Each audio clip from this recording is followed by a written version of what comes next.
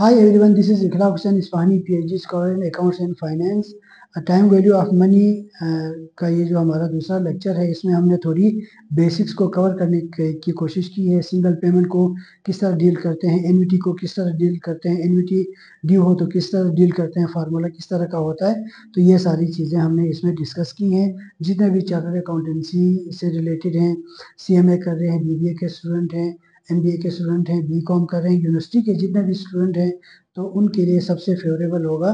तो हम ये स्टार्ट करते हैं। जैसे कि टाइम वैल्यू के इंट्रोडक्शन में हमने डिस्कस किया था, सिंपल इंटरेस्ट क्या होता है, कंपाउंड इंटरेस्ट क्या होता है, थोड़ा सा ऐड करते हैं। थोड़ा सा ऐड इस तरह से कि उसमें सिंपल इंटरेस्ट में ये होता है कि जो हमारा प्रिंसिपल अमाउंट होता है, जो हमने डिपॉजिट किया, लेट सपोज बैंक में हमने 1 लाख डिपॉजिट किया है, तो उस पर 10% इंटरेस्ट लग रहा है, तो 10,000 पहले साल पे मिलेगा, 10,000 नेक्स्ट ईयर पे। तो कंसेप्ट उसमें ये है कि जो इंटरेस्ट आपको मिलता है पहले साल, तो आप क्या करें, पहले साल के एंड में जाके इंटरेस्ट विड्रॉ करते हो, फिर आपके पास जो अमाउंट रह जाता है वो 100,000 ही रह जाएगा। फिर अगले साल दोबारा जब प्रॉफिट होता है तो उसको दोबारा हम क्या करते हैं, इंटरेस्ट को विड्रॉ करते हैं, तो हमारे पास जो बैंक के पास रह जाता है वो प्रिंसिपल अमाउंट है। तो कंसेप्ट इसमें ये है कि आपका जो भी प्रिंसिपल अमाउंट होता है के अलावा जो इंटरेस्ट होता है या प्रॉफिट होता है उसको हम विड्रॉ करते हैं, तो जो रिमेनिंग है प्रिंसिपल अमाउंट होता है उस पर सिंपल 10% इंटरेस्ट लगता जाएगा। ठीक है, पहले साल अगर 10% है तो 1 लाख के ऊपर तो क्या हुआ, पहले 10,000 लगेगा, और दूसरे साल भी आपका 10,000 लगेगा, तीसरे साल भी आपका 10,000 ही लगेगा। जबकि हमने क्या किया था कि कंपाउंड इंटरेस्ट में आपका प्रिंसिपल अमाउंट 1 लाख रुपए आपने बैंक में जमा किया है, तो पहले साल तो आपका 10% पे कितना चार्ज होगा, 10,000। अब 10,000 हमने चार्ज किया ना, तो हमें मिला। अब अगले साल हमारे पास प्रिंसिपल अमाउंट भी होगा, 10,000 भी होगा, तो कितना होगा आपका 110। अब 110 पे जब 10% चार्ज होता है, तो कंसेप्ट क्या है कि interest on both principal amount and previous years interest, जो पिछले साल का इंटरेस्ट था उस पर भी लगेगा और हमने जो डिपॉजिट किया उन दोनों पे इंटरेस्ट लगेगा। तो दूसरे साल में कितना होगा हमारा, 11,000 रुपये लगेगा। ठीक है, तो 11,000 रुपये लगा, पहले भी हमें मिला था, तो 1,10,000 पहले है और ये 11,000 आपका ऐड हो गया, तो 1,21,000 हुआ। अब जब तीसरा साल आता है तो हमने क्योंकि इंटरेस्ट नॉट ड्रॉन, हमने क्या किया है, जो हमें पहले साल का इंटरेस्ट मिला था, दूसरे साल का इंटरेस्ट मिला था, तो हमने उसको विड्रॉ नहीं करा है, बैंक के पास ही रखा है, तो हमें मल्टीपल इंटरेस्ट मिल रहा होता है। तो तीसरे साल क्या होगा, इन तीनों का मतलब 1,21,000 पे हमारा इंटरेस्ट मिलेगा, तो ये हमारा क्या होगा, 12,100 रुपये और इसके ऊपर जमा होगा, तो ये आपका 1,33,100। तो इसी तरह ये आपका आगे मूव करता जाएगा। तो ये हमारा सिंपल इंटरेस्ट और कंपाउंड इंटरेस्ट। अब फाइनेंस में क्या है, तो थोड़ा सा आगे आता। अब सिंगल पेमेंट अगर होती है तो उसको किस तरह ट्रीट करते हैं, मल्टीपल पेमेंट्स होती है तो इस किस तरह डील करते हैं, अगर रिटायरमेंट प्लानिंग करनी है, उसके अलावा फ्यूचर पेमेंट्स, तो जितने सारी चीज़ें हैं वो फाइनेंस कवर करता है। अब यहाँ पे है जिस तरह हमने डील किया सिंगल पेमेंट। ठीक है, अब सिंगल पेमेंट में क्या है कि आपके पास कोई एक इन्वेस्टमेंट करते हो 5 साल के लिए, 10 साल के लिए, उसके बाद उसको विड्रॉ करते हो, तो आपके पास ये जो कंसेप्ट है सिंगल पेमेंट का है।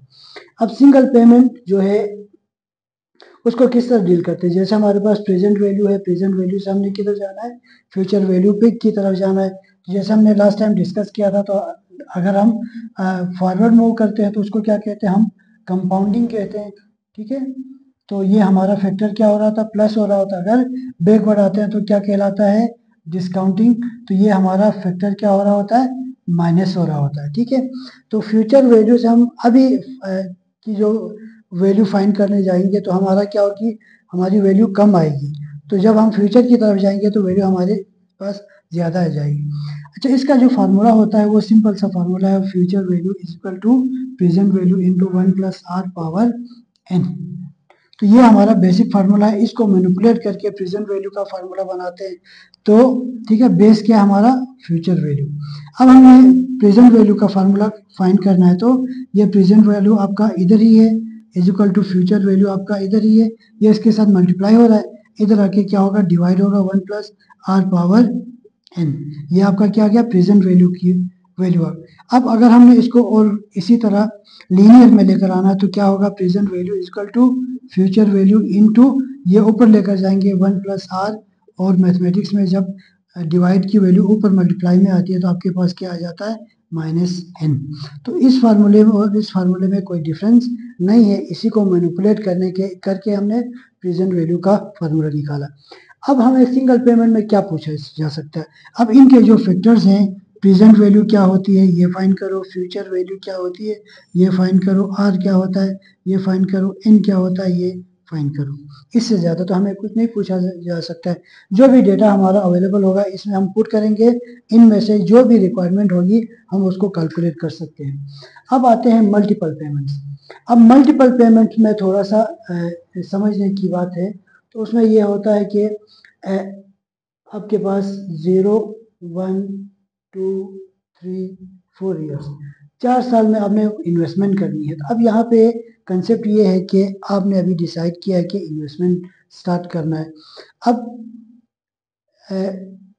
अब अभी जो जिस दिन डिसाइड किया उस दिन डिपॉजिट करते हो, या ईयर के मिड में आप डिपॉजिट करते हो, या ईयर के एंड में डिपॉजिट करते हो। आपका जो डिसीजन है इन्वेस्टमेंट का, अब ईयर है ना आपका, 1 ईयर के अंदर 1 से लेके 12 मंथ्स होते हैं। अब इन 12 मंथ में कैसे आप पेमेंट करते हो।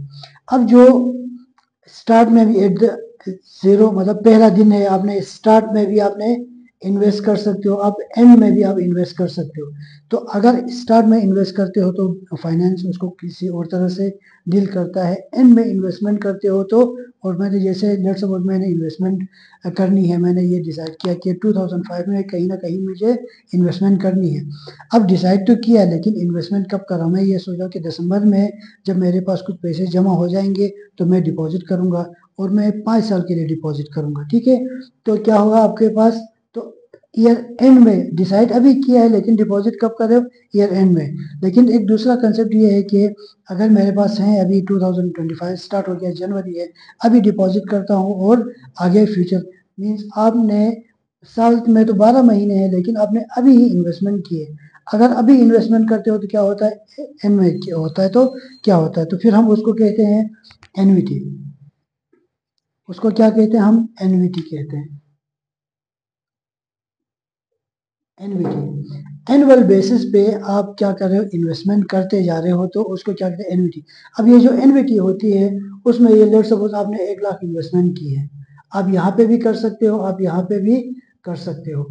अब ये आपका जैन फर्स्ट है, तो यहाँ पे आते हो तो दिसंबर आपका 31 आएगा, नेक्स्ट डे आपका दोबारा जैन फर्स्ट है, ठीक है। अगर एक दिसंबर 31 को करते हो तो आपका आ गया एंड, क्या आ गया आपका एंड। हर साल के दिसंबर में आप इन्वेस्टमेंट करते जा रहे हो, तो at the end of accounting year आप क्या कर रहे हो, इन्वेस्टमेंट करते जा रहे हो। अगर आपने स्टार्ट किए जैन फर्स्ट को, इसके जैन को किया, तो फिर आपके पास क्या आ गया, एट द स्टार्ट। तो फिर इसके भी जैन फर्स्ट को इन्वेस्ट करोगे, इसके भी जैन फर्स्ट को इन्वेस्ट करोगे, इसके भी जैन फर्स्ट को इन्वेस्ट करोगे। तो अब ये आपके ऊपर डिपेंड करता है कि आपने एट द स्टार्ट करना है या आपके पास आपने एट द एंड करना है। अब अगर एट द स्टार्ट किया तो इसको एनवीटी ड्यू कहते हैं, एनवीटी ड्यू कहते हैं। अगर एट द एंड किया तो उसको कहते हैं ऑर्डिनरी एनवीटी। अब इन दोनों को समझना है कि ये अगर ये चीज़ आपने समझ लिया है, क्योंकि एनवीटी जो है फाइनेंस में ज़्यादातर जो कंसेप्ट है, जो कैलकुलेशन होते हैं वो सारी एनवीटी की, ठीक है। आपके पास सिंगल पेमेंट भी है, एनवीटी भी है, आपके पास परपिचुइटी भी है, लेकिन ज़्यादा जो कंसेप्ट इसी के गिर्द घूमता है, तो आपने इस कंसेप्ट को सही से वो करना है। अब यहाँ पे अगर एनवीटी करते हो और उसके अलावा एनवीटी ड्यू करते हो तो क्या फ़र्क पड़ता है। तो लेट सपोज हमने 4 साल की इन्वेस्टमेंट है, हमने क्या किया, at the end of accounting year हम क्या करें, इन्वेस्ट कर रहे हैं, क्या करें, at the end of accounting year. पहला साल खत्म हुआ, मैंने इन्वेस्टमेंट की, दूसरे साल के एंड में मैंने क्या किया, दोबारा 1 लाख लगाया, तीसरे साल के एंड में दोबारा 1 लाख लगाए, चौथे साल के एंड में दोबारा 1 लाख रुपए लगाए, ठीक है। तो यहाँ पे आपके पास अभी क्या है, इंटरवल्स होते हैं, मीन्स पहला साल खत्म हुआ, ठीक है, तो आपकी इन्वेस्टमेंट जो इंटरेस्ट लगना स्टार्ट हुआ है, तो आपने तो बैंक में पैसा रखा ही नहीं है, तो इन्वेस्टमेंट इंटरेस्ट आपका क्या प्रॉफिट क्या हुआ, आपने साल खत्म होते आखिरी दिन जमा किए तो इंटरेस्ट तो कुछ नहीं मिलेगा। इसका मतलब है अब इंटरेस्ट यहाँ से स्टार्ट होगा, आपका एक इंटरवल, फिर ये इस तरह यहाँ से आपका स्टार्ट होगा। ठीक है, जो पहले इन्वेस्टमेंट है वो चौथे साल तक कितना, 1 2 3, ये 3 साल तक के लिए ग्रो करेगी, क्योंकि आप बैंक में रखोगे तो 4 साल बाद विड्रॉ करोगे। दूसरी इन्वेस्टमेंट जो है वो आपकी कितनी ग्रो करेगी, 1-2 ईयर्स। तीसरी इन्वेस्टमेंट कितनी ग्रो करेगी, 1 ईयर। जो चौथे साल दिसंबर 31 को आप डिपॉजिट करोगे, उसी दिन विड्रॉ करोगे, तो फिर आपको तो इंटरेस्ट तो नहीं मिलेगा। अब क्या होगा, आपने 4 पेमेंट जमा की है, 4 पेमेंट्स, पूरी प्रिंसिपल अमाउंट वो आपको मिलेगा, ये 3 इंटरवल का इंटरेस्ट मिलेगा, ये 2 इंटरवल का इंटरेस्ट मिलेगा, ये 1 इंटरवल का इंटरेस्ट, जितना भी बनता है उसको क्या कहते हैं, एनवीटी कहते हैं। वो आपके पास क्या आ गई, ऑर्डिनरी एनवीटी। ठीक है, अब इंटरवल ऑर्डिनरी एनवीटी के इंटरवल करो, इसमें आपके पास क्या आ गया, ये 4 साल की जो इन्वेस्टमेंट है, 4 साल की इन्वेस्टमेंट में आपके कितने इंटरवल्स बनते हैं। ठीक है, इसके कितने बने, 3 प्लस इसके कितने बने, 2 प्लस ये आपकी एक इन्वेस्टमेंट, तो आपके पास टोटल कितने बने, 6 इंटरवल्स। 6 इंटरवल का इंटरेस्ट लगेगा आपका, वो जमा होके आपको मिलेगा जो भी मिलेगा। ठीक है, अब आते हैं एनवीटी ड्यू में। अब एनवीटी ड्यू में ये होता है, मैंने पहले ही बताया था कि आपने प्लान किया है इन्वेस्टमेंट और जिस दिन डिसाइड किया उसी दिन आप इन्वेस्ट कर रहे हो। ठीक है, तो आपने क्या किया, आज इन्वेस्ट किया, डे फर्स्ट है, आपने इन्वेस्ट किया कितना, 1 लाख रुपीस। तो 4 साल में 4 पेमेंट करनी है, 1 2 3 4। तो जब जनवरी 1 को आपने क्या किया, इन्वेस्ट किया, तो दिसंबर में इन्वेस्ट तो नहीं करोगे। ठीक है, तो यहाँ पे पेमेंट आपकी क्या आएगी, 0। तो जब आप विड्रॉ करोगे आखिर में तो यही 4 पेमेंट्स, प्रिंसिपल अमाउंट तो 4 लाख आएगा, लेकिन जो इंटरेस्ट मिलेगा, देखो जब आपने यहाँ पे जमा किया था तो ये कितने साल के लिए ग्रो करेगा, ये वाला 1 लाख, 4 साल के लिए, ये वाला 3, ये 2, ये 1। तो अब देखिए इंटरवल कितने बनते हैं एनवीटी ड्यू में, आपके जो इंटरवल्स बनते हैं, इंटरवल्स जिसका, ठीक है, तो कितने बनते हैं, पहले के 4 प्लस दूसरे के 3 प्लस 2 प्लस 1, तो आपके कितने बने, 10। तो 6 इंटरवल में ज़्यादा इंटरेस्ट मिलेगा या आपका 10 इंटरवल में ज़्यादा मिलेगा। तो जब भी आप इन्वेस्टमेंट करते हो, अब अगर आपका एनवीटी ड्यू है, उसमें आपका इंटरेस्ट ज़्यादा बन रहा होता है, वो इसलिए बन रहा होता है क्योंकि आपने at the start of business planning आपने क्या इन्वेस्टमेंट की है। तो ये जो कंसेप्ट है आपका बहुत इंपॉर्टेंट कंसेप्ट है। जितने भी स्टूडेंट जो चार्टर्ड अकाउंटेंसी कर रहे हैं, सीमा कर रहे हैं, एसीसीए कर रहे हैं, बीबीए के स्टूडेंट हैं, एमबीए के स्टूडेंट हैं, बीकॉम कर रहे हैं, तो आप लोगों के लिए बहुत इंपॉर्टेंट है, ये आपने समझना है। ठीक है, हमने तो समझ लिया कि जितने इंटरवल्स के ऊपर हमारा इंटरेस्ट बनता है, तो अब इसका जो फार्मूला होता है वो उसको कैलकुलेट करते हैं। ठीक है, एनवीटी आपके पास, एनवीटी 2 तरह की है, ऑर्डिनरी एनवीटी, ऑर्डिनरी एनवीटी और एनवीटी ड्यू। ऑर्डिनरी एनवीटी का हम फार्मूला करते हैं, तो इसमें आपका प्रेजेंट वैल्यू पूछा जा सकता है, फ्यूचर वैल्यू पूछा जा सकता है। ठीक है, तो प्रेजेंट वैल्यू एनवीटी आपके यहाँ पे ANNB लिख सकते हो, तो आपके पास क्या होगा, PMT।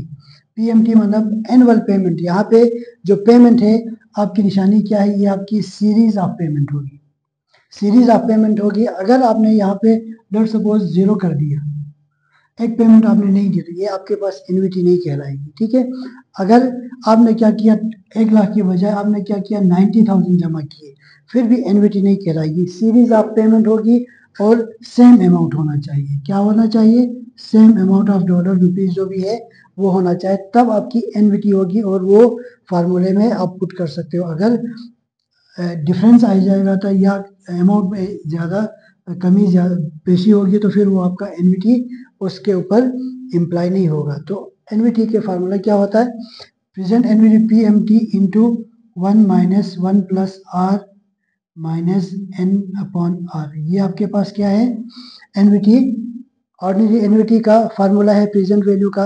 तो इसमें ये याद रखना है, ये जो फार्मूला है इसमें 1 अगर पहले की तरफ लगता है तो प्रेजेंट वैल्यू, 1 अगर बाद में लगता है तो आपका क्या है, फ्यूचर वैल्यू, ठीक है।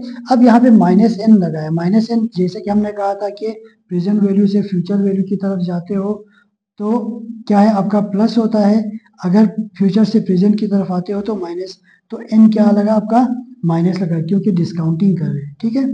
अब इसी तरह फ्यूचर वैल्यू एनवीटी करेंगे तो क्या होगा हमारा P M T into 1 plus R, क्योंकि फ्यूचर वैल्यू की तरफ जा रहे हैं तो हमारा क्या होगा एन माइनस वन, वन बाद में लगेगा और ये आपके पास क्या आ गया आपका फार्मूला आ गया, ठीक है।